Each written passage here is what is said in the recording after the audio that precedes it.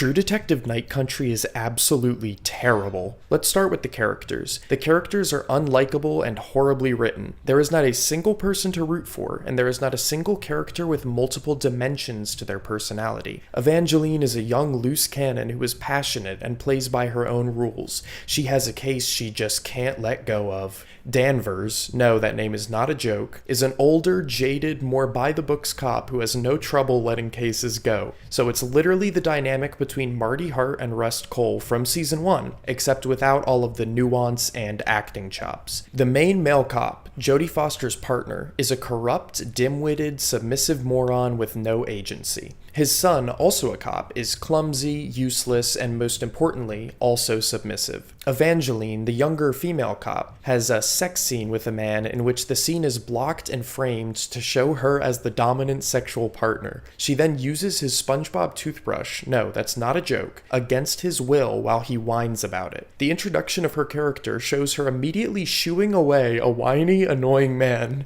and then immediately physically overpowering a different man, who, you guessed it, is a one-dimensional, aggressive, and stupid domestic abuser. It's one thing to portray our geographic region as sexist, and it's another to have every single male character be a horribly written and cringy stereotype expressing how much the writer hates men. This brings me to the writer's political agenda regarding white people. Danvers. How'd you find that out? Your spirit animal came to you in a dream? So Danvers is patronizing and thinks native culture is stupid and illogical. Makes sense because she's white. Evangeline. My spirit animal eats old white ladies like you for breakfast, Danvers. Yes, that's an actual line of dialogue, and it's meant to be empowering and badass. Young girl of native origin to young cop, or else Taylor's gonna kick your pink ass. No one talks like this. She then goes on to say, how the hell did I fall for a white boy before kissing him?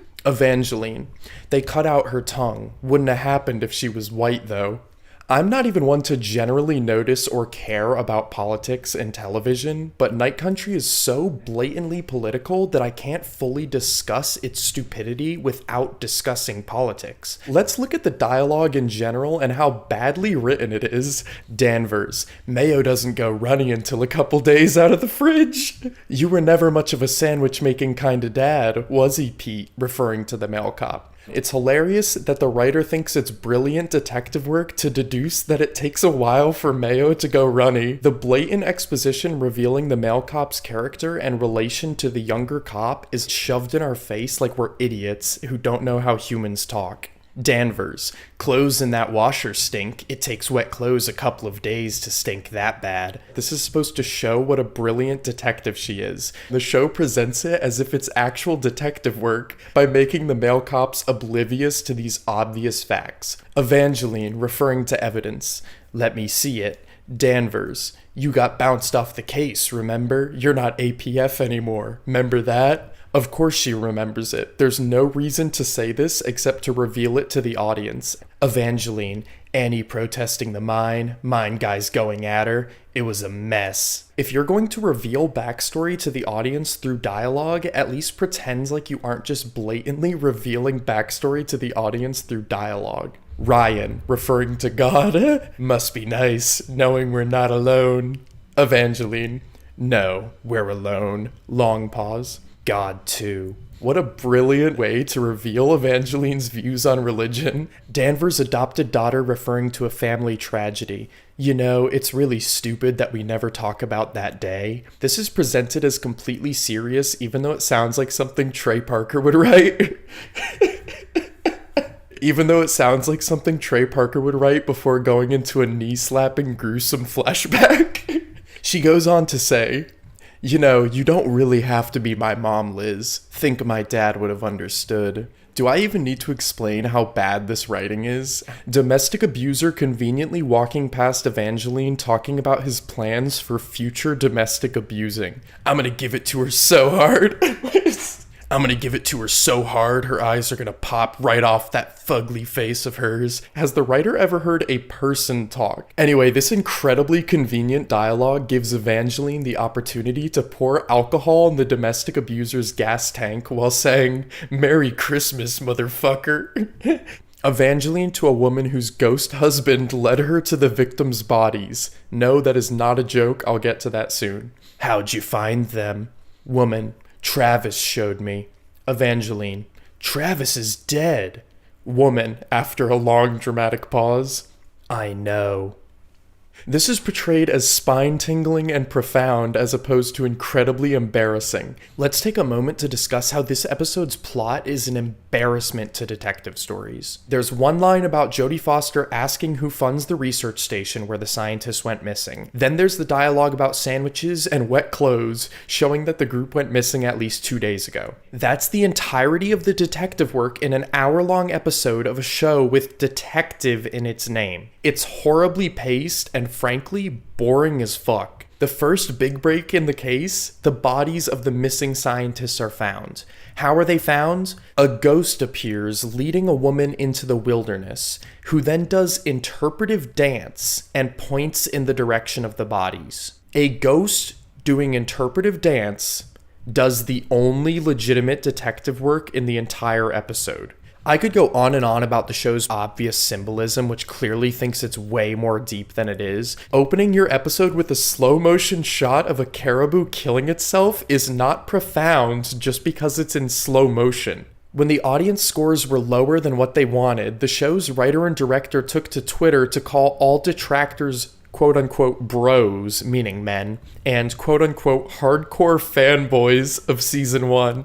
This is what you get when you hire people based on their political agenda and not their level of talent. True Detective Night Country is not just a great example of horrible television, it's a great example of the horrible state of television in general.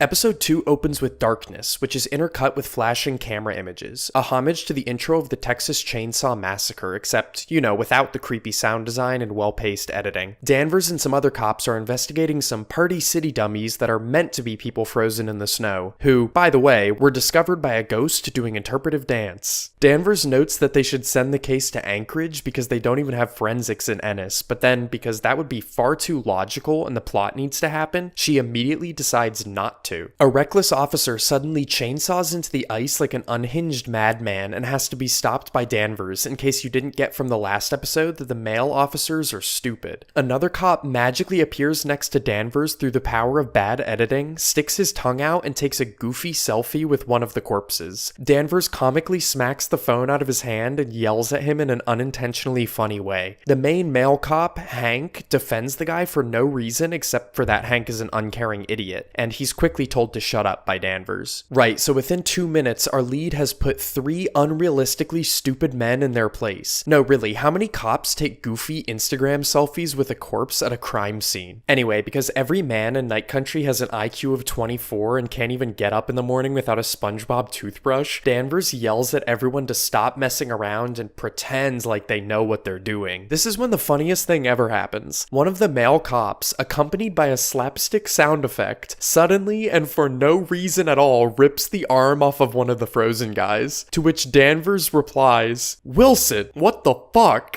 The frozen guy, whose head is now magically thawed, gutturally screams in pain, and the scream is unintentionally funny. I love how it's implied he was woken up by his arm getting ripped off when his pain receptors would have most certainly transmitted no information to his brain.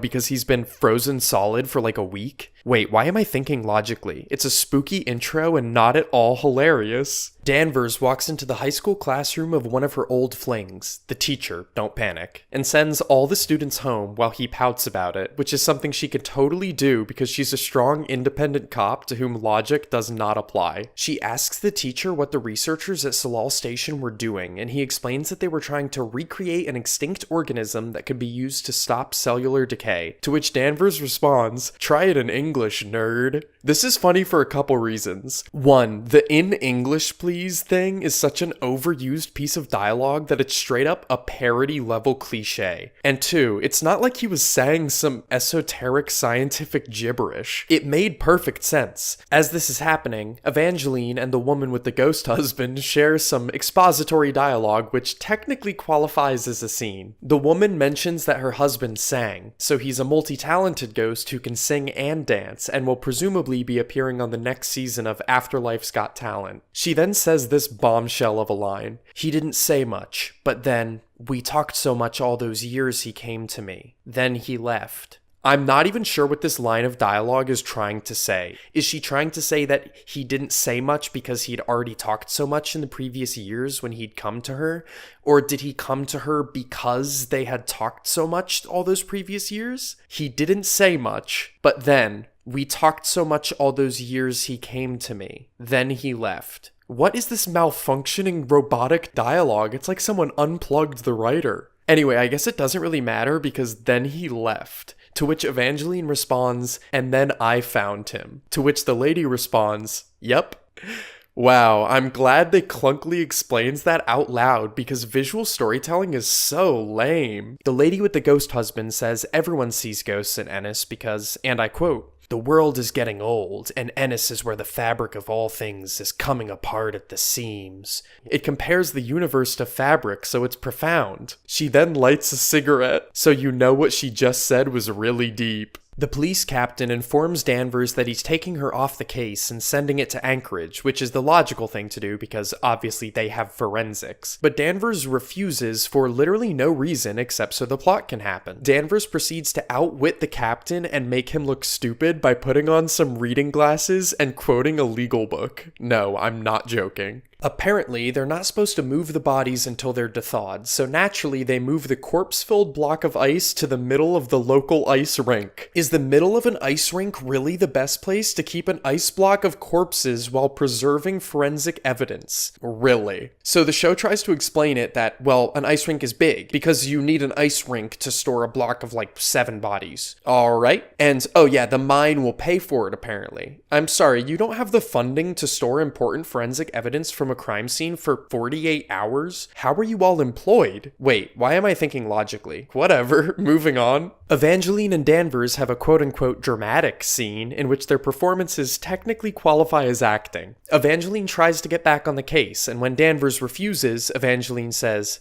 "You know where to find me," before shooting Danvers an intimidating look and walking away. No, that's not a joke, that actually happens, and it's meant to be badass and not at all funny. The detectives recover a cell phone video from Salal, which is meant to portray the researchers as drunk and singing at a party, but the acting, lighting, and camera work are embarrassingly phony. Which brings us to the first scene in this episode in which the lead detective borders on doing detective work. She and her lackey look at some pictures from the crime scene and speculate on what might have led to the victim's deaths, ultimately making no concrete conclusions. Fascinating. The scene ends with them watching the hilarious sandwich video from the first episode, which is meant to be creepy, even though it consists of a man saying, "Ta-da!" while holding up a recently made sandwich that he's obviously very proud of. Evangeline talks to her SpongeBob-loving man-child so the audience can be reminded that the town's water went bad, in case we forgot, because it was only mentioned like 5 times in the last episode. She suddenly leaves as he whines about his toothbrush, which he's clearly still torn up about. Dumb young cop interviews a man who says, "You see people who are gone sometimes. It's a long fucking night. Even the dead get bored." Wow, so profound. Evangeline drives late at night when she experiences a quote-unquote terrifying flashback. She is then snapped back to reality by the honking horn of a truck which almost hits her head on. Luckily, she sees the headlights and swerves out of the way at the last moment. No, I'm not kidding. The show isn't just beating every cop cliche to death, it's also throwing in random cliches, I assume for the sake of comedy. Evangeline proceeds to interrogate the worst liar of all time, who earlier went out of his way to get caught lying so the plot could happen. He reveals that his cousin sold a trailer to the scientist who dated Annie, the victim in the past case. Here we come to episode 2's only actual advancement in the plot. It may be lazy and contrived, but at least this information was revealed by a person and not a ghost doing interpretive dance. The dumb cop, Hank, is texting his mail-order Russian bride about how excited he is to see her. The mail-order bride asks for some pictures of Hank, and instead of sending some photos that are already on his phone, or taking some selfies like a normal person, he decides to take some pictures of physical photos he already has just lying around. Okay. This is so he can discover that some files relating to Annie's case have been stolen by his son, which is clear because there's literally a wide open cabinet with a large box missing. You'd think if you were tied to a homicide which was never solved, you would put the evidence box somewhere where someone couldn't easily find it, this is glossing over the fact that he literally saw his son throw a box of evidence out the window in the last episode and just didn't think twice about it. Wait, why am I trying to be logical? It's dramatic. Moving on. So Dumb Young Cop reveals that Salal Station is funded by Tuttle, the human traffickers from season 1, and Danvers immediately brushes off this information without a second thought. Wow, what a great detective. I'm glad the show set that up as the only lead in the first episode, only to have it lead nowhere. It almost seems like a thinly veiled attempt to tie Night Country to season 1, thereby validating its own existence. Danvers forces Dumb Young Cop to stay out all night watching the Corpsicle. This upsets his wife, who treats him like shit about it even though he has no control over it. So Hank shows up at the Corpsicle and jump scares Dumb Young Cop by bitch slapping the life out of him. He then says, "Even your mother didn't steal from us when she left." Wow, what natural and not at all clunky exposition, and how dramatic. He goes on to say, "Blood is blood, Peter. Remember that." I wonder if this is setting up some climactic moment where Peter has to choose between being loyal to Danvers or his dad. God, it's so subtly written, I just can't predict it. We cut to the most awkward sex scene of all time, just beating out that of Evangeline and submissive SpongeBob Toothbrush, which is what I'm calling him from now on, by the way. Danvers, wearing a bra, is spread turkey getting plowed atop a side table by her middle-aged police captain, who looks like he's about 2 thrusts away from a hernia.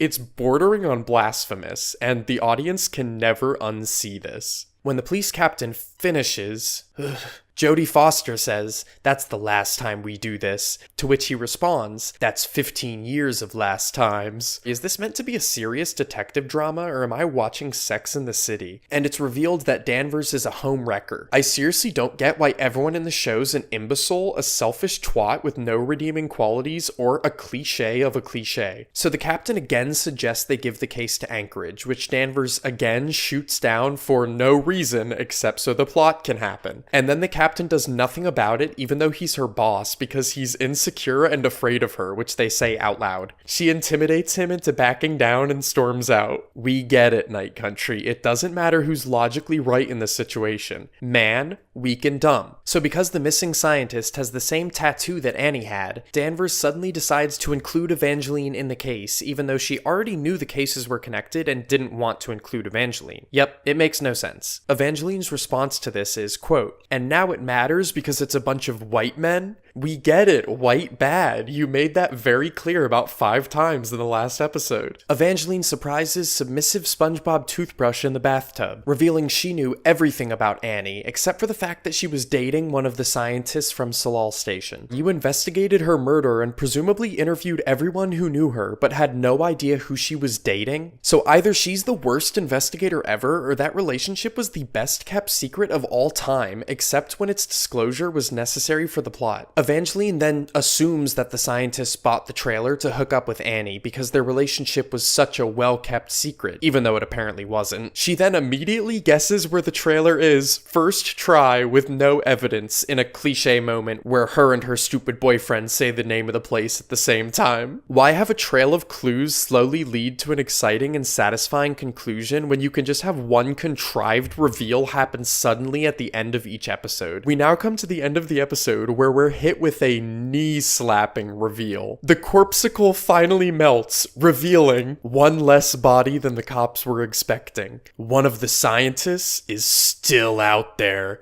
Wait, they didn't bother to count the corpses before they removed them from the ice? They just wasted 48 hours of precious time in what is maybe a multiple homicide investigation, just waiting for a corpsicle to melt, while a missing person and potential suspect is still out there. Does the writer not know about sonar? About ground-penetrating radar? What about ice-penetrating radar? Like, what is the logic even supposed to be here? They don't have this technology in Ennis? Then they still could have collaborated with Anchorage, where they have forensics. This show literally has the most incompetent detectives on planet Earth. It's 6 episodes long because everyone is an idiot. Nancy Drew would have had this case solved in like 3 hours tops. So there you have it, folks. That's True Detective Episode 2. It's still a detective show with no detective work, where maybe one actual advancement in the plot happens per hour, and whatever it is, it never makes sense. And the craziest part of this is, I've heard Episode 3 is the worst so far. Pray for me. Trust me, I need it.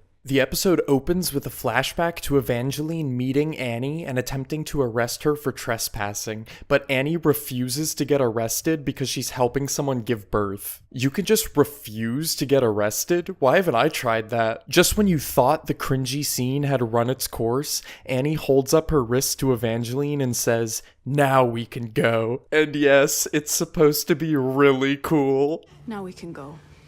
Oh. We cut to a search party gathering to look for the missing scientist, Clark. Hank gives a lame speech and then blatantly reveals he wants to kill the scientist so he can't be questioned. I wonder if this guy has ulterior motives. It's so subtly written, I just can't predict it.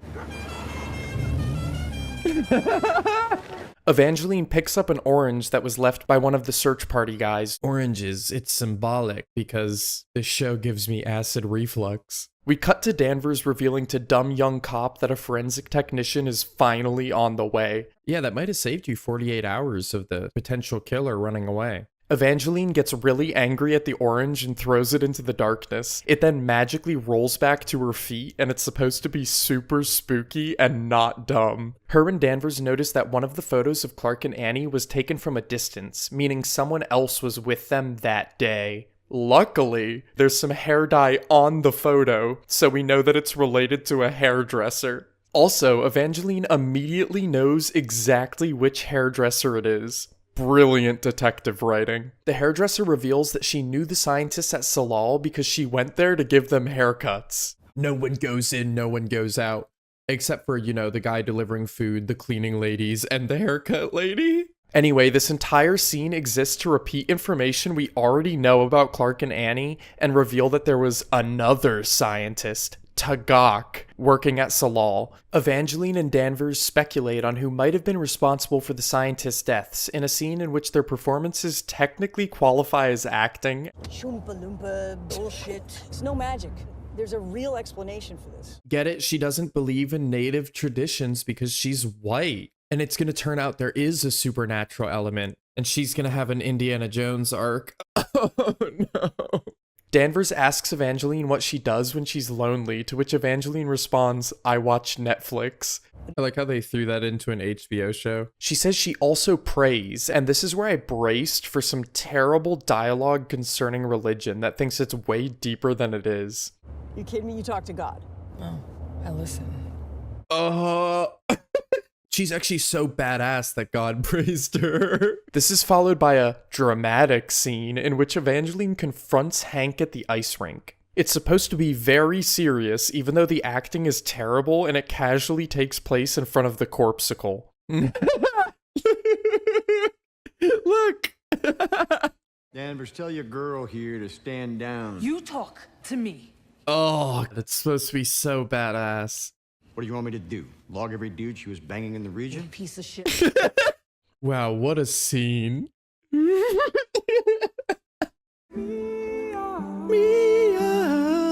Danvers' daughter attends a protest against the mine. A woman bangs a drum and says, close the mine, in a very unintentionally funny way. I'm surprised the show is telling us to close the mine. Usually it tells us to close the mind. The angry townspeople chant, "We were here before." Wow, so subtle. I wonder what this is trying to say. Evangeline goes to look for her sister when she hears some spooky voices, hallucinates, and then falls over and gets knocked out in the funniest way possible. Hey! She finds her sister in the cold wilderness looking not cold at all. Aren't you cold, baby girl? Actually, no, because this is on a soundstage and no one in the show ever looks cold. Look, her hood's not even all the way on. Her sister says, quote, "I see stuff," dramatic breath. "Bad stuff." "I write stuff." Bad stuff. Dumb young cop gets home and tries to crawl into bed quietly, which goes just about as badly as possible. Wow, way to crawl into bed. Remember the first episode when he spilled a coffee for like no reason? This guy's main character trait is clumsy. His actor then messes up a line, but the show just leaves it in. And it'll be over. And Danvers. It'll be Ovler? Wait, let me get a replay on that. And it'll be over. His wife proceeds to say things about her character out loud. I'm in nursing school with a kid, married to a cop. Well, thank you for saying that out loud. I almost forgot.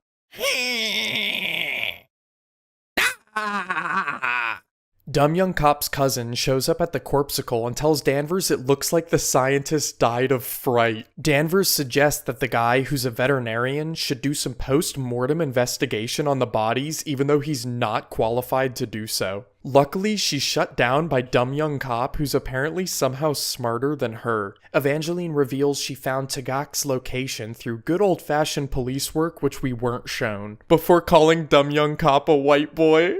Not everything is on a computer, freshman. Not for white boys. No. Not for white Danvers and Evangeline show up at Tagak's location where a bunch of guys stare at them as intimidatingly as possible, one of them literally brandishing a knife. Okay, so nothing has happened the entire episode, which means that some random reveal that makes no sense is coming any minute now. There's some bad acting as Danvers and Evangeline break into Tagak's shack, but he appears ready to attack. I'll blow your brains out. That's always a great strategy with American cops. When they try to question you, threaten them with a gun. You're not going to tell them to put down the gun? Hey, can we be shot immediately, please? Go now! And that's why you tell them to put down the gun. And they just casually walk away. The intimidating guys continue brooding for the camera as Danvers and Evangeline leave, having discovered nothing and made no progress. Riveting stuff. The scientist whose arm was comically ripped off suddenly wakes up and screams in an unintentionally funny way. He comes in and out. He's Harvey Dent when Rachel gets blown up. Danvers! Danvers! Ah! Ah! Danvers tries to calmly question him even though he's exaggeratedly distressed. She's trying to question him. Suddenly, a comical fight breaks out between the hospital staff and some hunters who are randomly there for no reason, in which the funniest line ever is said. Wait, why are the hunters there? Who you calling her? Your mother says hello. Uh-oh. Oh, God. The scientist does a creepy smile, which is funny. Then, because he just said something vague and quote-unquote dramatic, instantly dies. We finally get to Annie's phone, which has the dumbest video of all time on it. It's her hiding in an ice cave and whispering, "I found it," into the camera. Annie screams as the video is interrupted with static. No, that is not a joke. Her phone is interrupted with static. That's episode 3. Wow. The plot is even more unbelievable than before, with random reveals that just reiterate how stupid our lead detectives are. Right, so they had no clue about Annie's relationship, which was the worst kept secret of all time, and therefore had no idea about the scientist who left Salal just before Annie's death. They only found out about the scientist because the only photo of Annie and Clark, which was not a selfie, conveniently had hair dye on it and led them straight to a hairdresser first try. And the hairdresser revealed the information about the missing scientist without being prompted. Okay. And this information was kept secret by Hank, which our leads just breeze past as if he's just incompetent and not so obviously corrupt. Right. They then find the scientist through some method which we are not shown, almost get shot through their own idiocy, and leave without discovering anything. We're halfway through the entire story, and functionally no advancement has happened in the case, and the show has the audacity to call itself True Detective. Episode 4 opens with Danvers watching the video from Annie's phone, which is still funny. If anything happens, please. Evangeline mentions the video because it's funny. That video, we need to talk about it. Yeah, we do. Man. Hey, it's the captain. Did you know he's intimidated by her and afraid of her? You have protests around the mine. You had a shooting that ended in a fight in the hospital. You got 6 dead bodies in the local ice rink and a still missing person of interest. Wow, thank you for saying all that out loud. Danvers reminds the audience that the scientist died of being afraid in case we forgot we were watching a comedy. How do you know that? We haven't done forensics. Oh, a veterinarian told me. You saw the Annie Kotok video I sent you? Yeah, it reminded me a lot of the Blair Witch Project's ending. Except dumber. Another character, Otis, is introduced in the second act. Tagak was introduced in the last episode and immediately disappeared, so now we need a new guy to waste time. His name is Otis Heiss. Oh my god, the James Bond bad guy? No records of employment, no bank accounts, no credit card numbers. This guy has a long history of disorderly conduct. He doesn't even have a birth certificate. He's a ghost. Anyway, here's his extensive criminal history. Remember when you asked me earlier if I pray? Yeah, unfortunately. Danvers describes her prayers going unanswered and losing faith in God, saying she prayed so much her knees turned black and she couldn't even walk at the funeral, which is so aggressively dark I couldn't help but laugh at it. My knees turned black. Couldn't even walk at the funeral.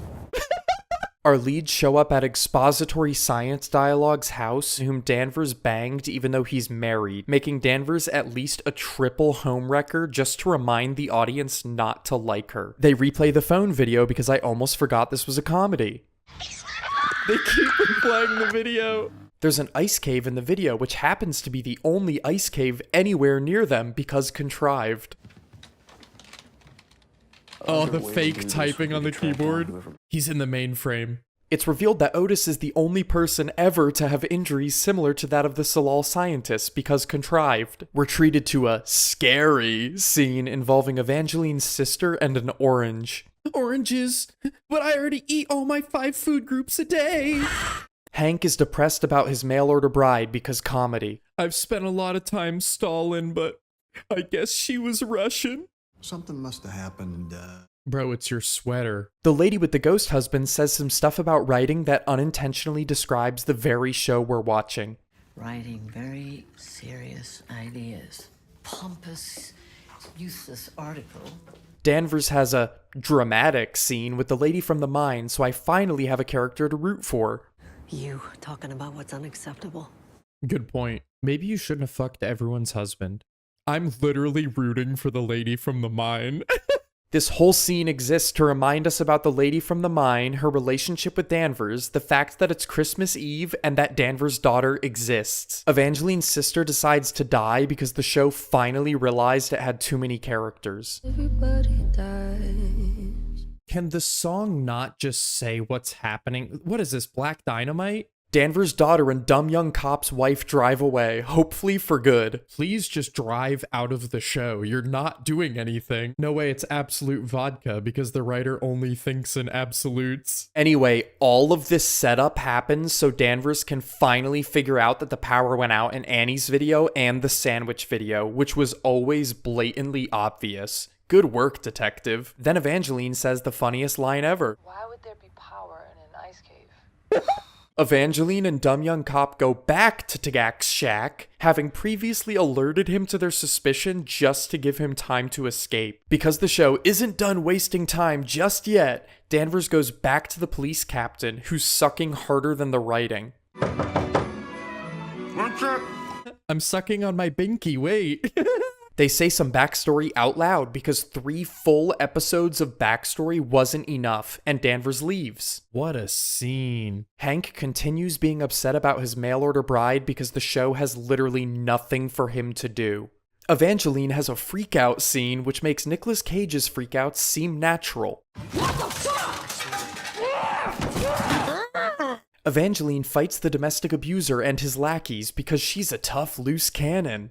Oh my god, please beat them up. It took 3 of them to take her down. Submissive SpongeBob Toothbrush tells Evangeline she's not alone in a dramatic whisper. Oh. Danvers has some more overexposed flashbacks. Wait, does she have a dead son? Is that the polar bear stuffed animal thing? Oh, no. Guys, her backstory wasn't tragic enough. She has a dead husband and a dead son. It's double tragic. Evangeline reveals she lost Tagak's stone that read, "I'm a bad guy." I can't tell which one of them is more incompetent. It's like they're fighting each other to be the dumbest detective ever. The timing, like... There's some terrible dialogue about the afterlife to remind us of Danvers' beliefs in case we forgot. Heaven, there's no hell. Ghosts. Oh my lord. There's nobody out there just waiting for us, watching us. I cannot wait for her Indiana Jones arc. We have like 7 minutes left, so something really dumb is about to get revealed. Clark gets caught on video off screen, so our leads drive to his location. Still out there rotting. Forgotten. Are we all? Aren't we all? Oh! I told my dad about this line after watching the episode, and he physically covered his ears and looked away. That's how bad it is. While Evangeline wastes time being afraid, Danvers tracks down and corners Clark. He lifts his hood, revealing it's actually Otis. Leave me alone! Evangeline gets jump scared in the most predictable moment ever to remind us we're watching a bad horror show. Oh my god, that was cheap. Evangeline is so spooked she can't even move. I just got jump scared. Danvers asks Otis where Clark is. He's hiding in the night country. We're all in the night country now. Oh. We're all in the night country now. Really? If you want to be serious and not funny, never under any circumstances say, "We're all in the insert show name here now." No, really, imagine if at the end of Citizen Kane, instead of saying Rosebud, he turned to the camera and said, "We're all Citizen Kane now." And that's how the episode ends. Oh. Where do I even start with this thing? The whole episode is just Danvers replaying the dumb phone video from last episode and more backstory revealed through blatantly expository dialogue. Hank's mail-order bride, who's been mentioned multiple times, just doesn't show up, so he walks around doing nothing for the rest of the episode. Dumb young cop does nothing. Danvers' daughter does nothing. Danvers herself does nothing. Evangeline does one thing, which is finding Tagak's rock, which she then immediately loses. What's going to happen in the last episode? Everyone explains the rest of their uninteresting derivative backstory out loud for an hour straight, and then Danvers says, "I guess we're some kind of night country," and then they all bow towards the camera as we fade to black. Well, here we are on episode 5 of Night Country. It's detecting time. We open on Evangeline watching her sister's cremation as if her sister was a character. The opening credits reveal this episode was written by 4 people, which is always a good sign. Quick, guys, save the script, save it. Danvers interrogates Otis, who was conveniently introduced and captured last episode so the plot could happen. Did you know Clark from before? I met him in the night country. Where's Clark now? He's in the night country now. He was going back to the night country. We're all... All right, what else did he say? It's detecting time. Otis says he'll lead Danvers to the ice cave where Annie was killed if she gets him drugs. You know, the singular ice cave in the area? Yeah, Danvers needs someone to lead her there. Danvers refuses to get him drugs, so he pouts. Your time's up. I'm going to sleep now.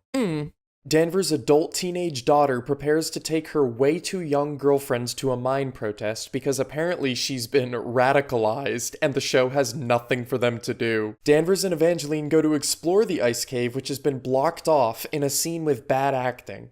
Because of course they fucking did. Fuck! Hey, fuck this shit! So critics really watched this and said, her performance is triumphant.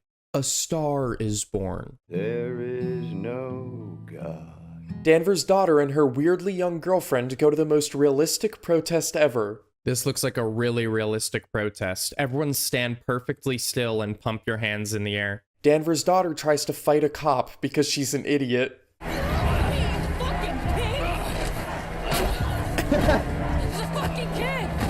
No, she's like 27. Putting a beanie on her does not make her a kid. The lady from the mine tells Hank to kill Otis so Otis can't lead Danvers to the scene of Annie's murder.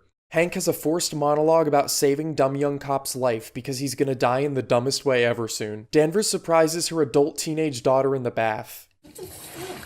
Yeah, don't walk in on your 27-year-old teenage daughter. Hank walks around looking as malevolent as possible.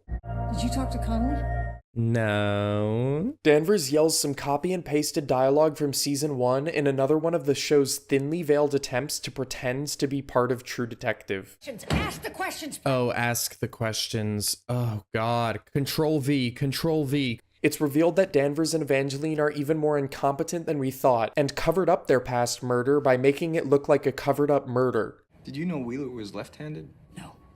You shot him from the wrong side? The only reason they're this stupid is so that Danvers can be blackmailed and therefore have a forced 10-minute arc where she decides to pick up the case again. Danvers goes to see Otis.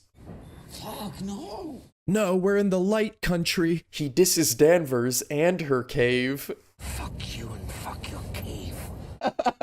Danvers takes Otis home so he can do drugs at her house. This is so Hank can know where they are, show up, and die in the dumbest way possible. Hank kills Otis right in front of Danvers. Dumb young cop comes out to kill his dad in a scene which is supposed to be suspenseful even though the setup was not subtle at all. He then immediately tries to shoot Danvers as if to say, "Kill me, son! I'm leaving you no choice!" Oh my god, this is bad.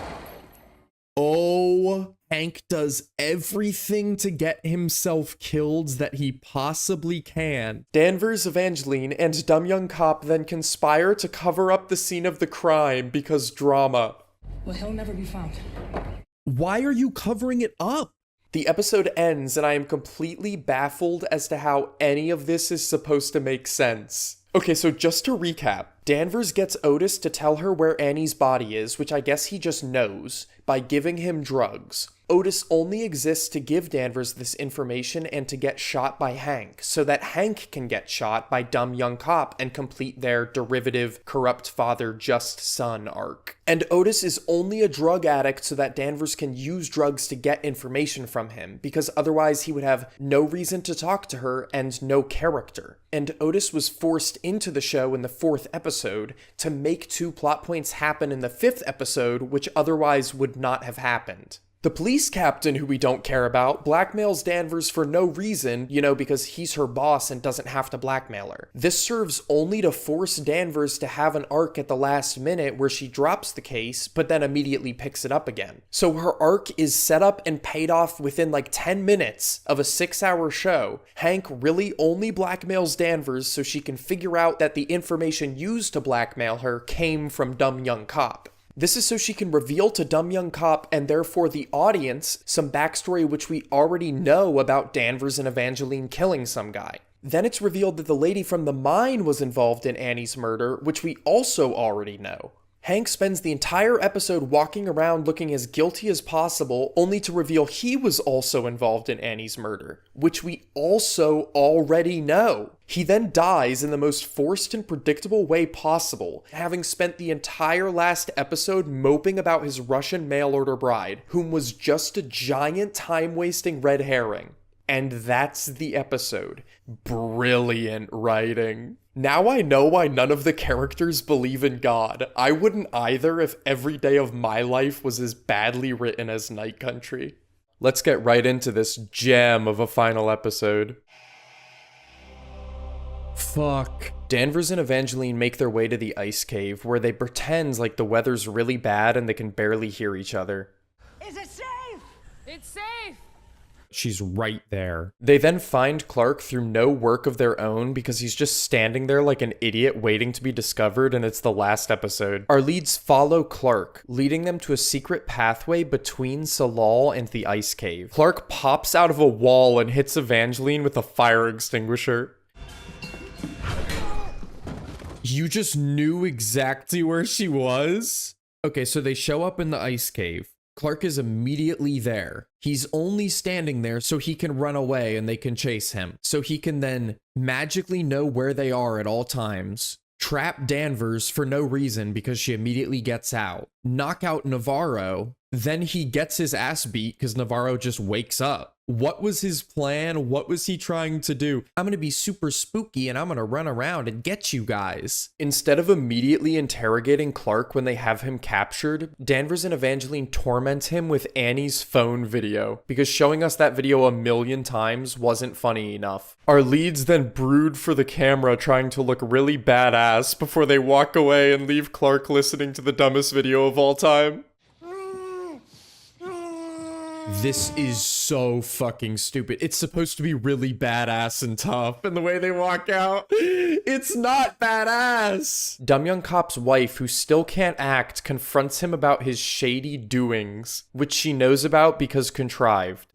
Did Danvers make you do something bad? Because I swear to God, I will go. Did Danvers make you do something bad? He's about to confess like an idiot when she kisses him suddenly and says, "You go do what you gotta do, babe." And oh yeah, we never see her character again. That's the conclusion of their riveting story.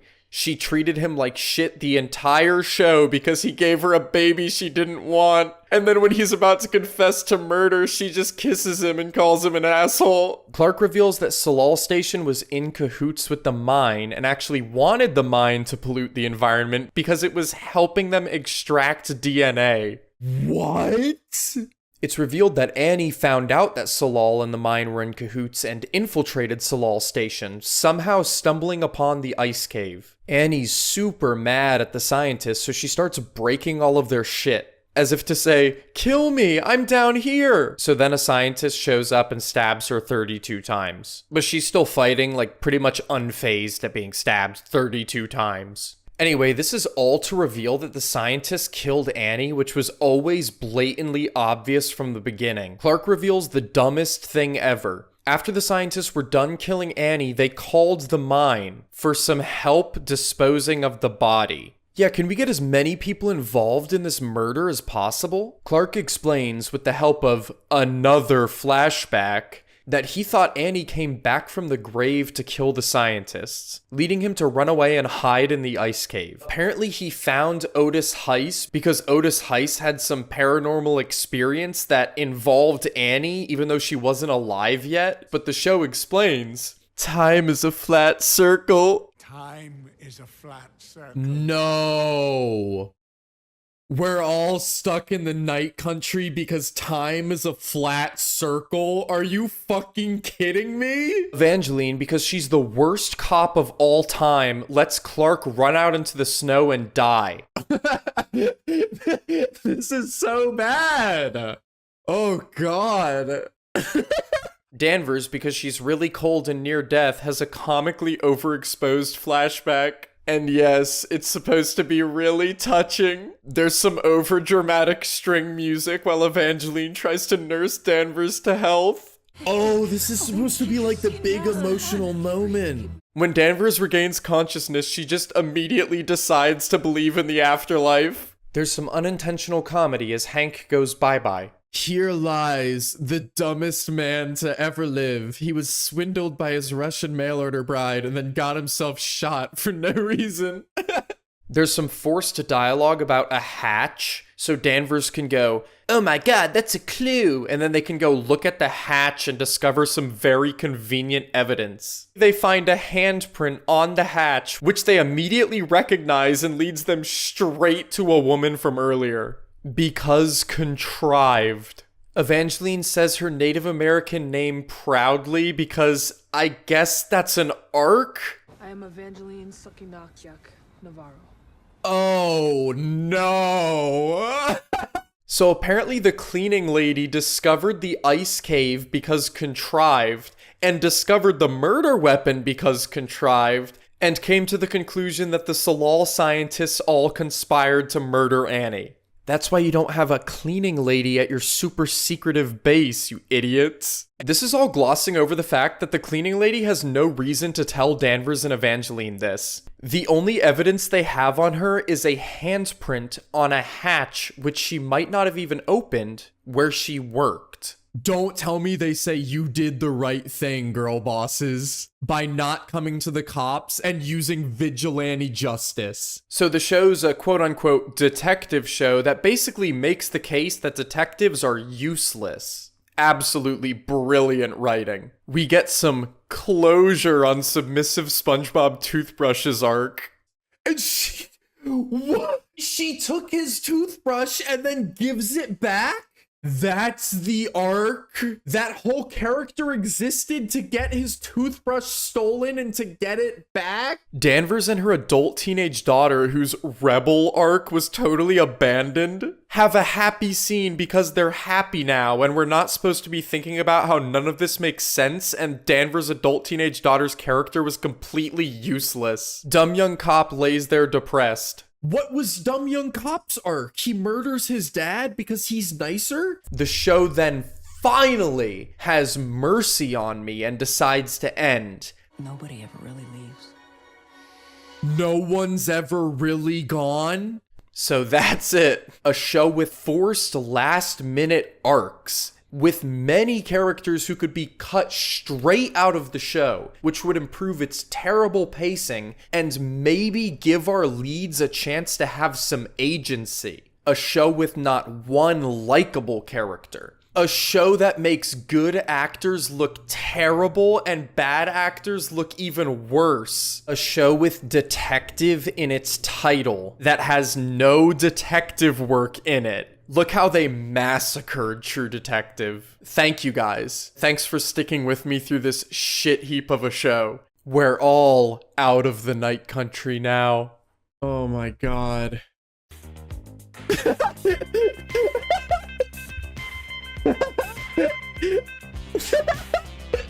This is so fucking stupid.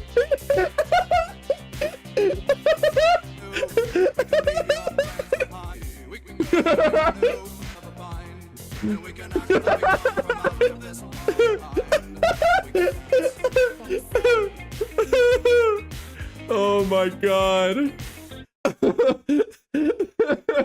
Oh god, whoever made that is a fucking genius. Magic people, voodoo people.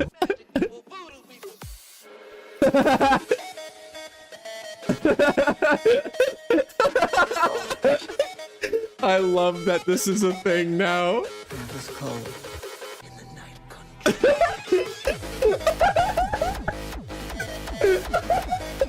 Oh fuck.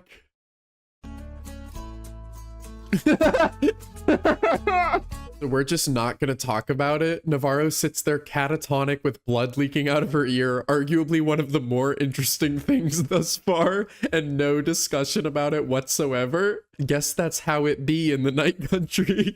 The knights have country and you better not look them in it. That's a good one. I haven't seen that one yet. Somehow Navarro returns. We're just not asking the right questions. Well, you're on Tinder? Yeah, I'm on Tinder. Who the for real? What do you do? I pray. Oh god.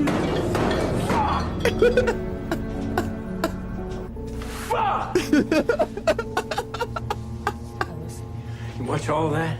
Oh fuck. I had to. Bravo.